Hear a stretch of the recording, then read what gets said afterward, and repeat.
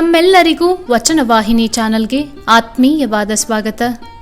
ಇಂದಿನ ಪಾಡ್ಕಾಸ್ಟ್ನಲ್ಲಿ ವಿಶ್ವಗುರು ಬಸವಣ್ಣನವರ ವಚನ ಹಾಗೂ ಅದರ ಭಾವಾರ್ಥವನ್ನು ತಿಳಿಯೋಣ. ವಚನವು ಇಂತಿದೆ: ಇವನಾರವ ಇವನಾರವ ಇವನಾರವನೆಂದೆನಿಸದಿರಯ್ಯ, ಇವನಮ್ಮವ ಇವನಮ್ಮವ ಇವನಮ್ಮವನೆಂದೆನಿಸಯ್ಯ, ಕೂಡಲ ಸಂಗಮ ದೇವ ನಿಮ್ಮ ಮನೆಯ ಮಗನೆಂದೆನಿಸಯ್ಯ. ಇವನಾರವ ಇವನಾರವ ಇವನಾರವನೆಂದೆನಿಸದಿರಯ್ಯ, ಇವನಮ್ಮವ ಇವನಮ್ಮವ ಇವನಮ್ಮವನೆಂದೆನಿಸಯ್ಯ, ಕೂಡಲ ಸಂಗಮ ದೇವ ನಿಮ್ಮ ಮನೆಯ ಮಗನೆಂದೆನಿಸಯ್ಯ. ಬಹಳ ಪ್ರಸಿದ್ಧವಾದಂತಹ ವಚನ ಇದು. ಎಲ್ಲ ಶರಣರಿಗೂ ಪ್ರಿಯನಾದ ಆತ್ಮೀಯ ವ್ಯಕ್ತಿಯಾಗಿ ಬದುಕಬೇಕೆಂಬ ಬಯಕೆಯ ಜೊತೆಗೆ ಬುದ್ಧಿಜೀವಿ ಎಂದೆನಿಸುವ ಶಿವನಿಗೆ ಪ್ರಿಯನಾದ ಮುಕ್ತ ಜೀವಿಯೂ ಆಗಬೇಕೆಂಬ ಆಧ್ಯಾತ್ಮಿಕ ಅಭೀಪ್ಸೆಯು ಈ ವಚನದಲ್ಲಿ ಧ್ವನಿತವಾಗಿದೆ. ಈ ವಚನವನ್ನು ಹೀಗೆ 2 ಹಂತಗಳಲ್ಲಿ ನೋಡಬಹುದು.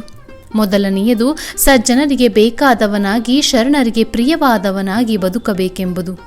ಶರಣರೆಲ್ಲರೂ ಬಸವಣ್ಣನವರನ್ನ ಕಂಡು ಇವನು ಯಾರವನು ಎನ್ನದೇ ಇವನು ನಮ್ಮವನು ಎನ್ನುವಂತಾಗಬೇಕು.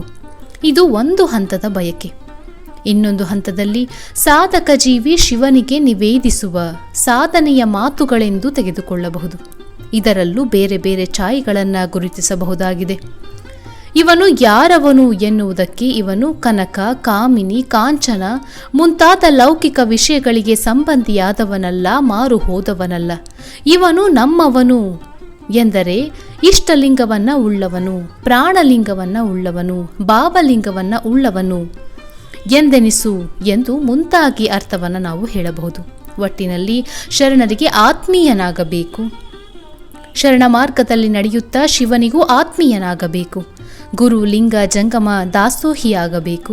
ಶಿವಭಕ್ತಿ ಅಳವಡಬೇಕು. ಶರಣರು ಮತ್ತು ಶಿವನು ಸಹ ಇವನು ನನ್ನವನು ಎನ್ನುವಂತಾಗಬೇಕು ಎಂಬ ಭಾವನೆ ಇಲ್ಲಿ ತುಂಬಿ ಬಂದಿದೆ. ಇವನಾರವ ಇವನಾರವ ಇವನಾರವನೆಂದೆನಿಸದಿರಯ್ಯ, ಇವನಮ್ಮವ ಇವನಮ್ಮವ ಇವನಮ್ಮವನೆಂದೆನಿಸಯ್ಯ, ಕೂಡಲ ಸಂಗಮ ದೇವ ನಿಮ್ಮ ಮನೆಯ ಮಗನೆಂದೆನಿಸಯ್ಯ. ಕೂಡಲ ಸಂಗಮ ದೇವ ನಿಮ್ಮ ಮನೆಯ ಮಗನೆಂದೆನಿಸಯ್ಯ. ಮುಂದಿನ ಪಾಡ್ಕಾಸ್ಟ್ನಲ್ಲಿ ಮತ್ತೆ ಭೇಟಿಯಾಗೋಣ. ಶರಣು ಶರಣಾರ್ಥಿಗಳು.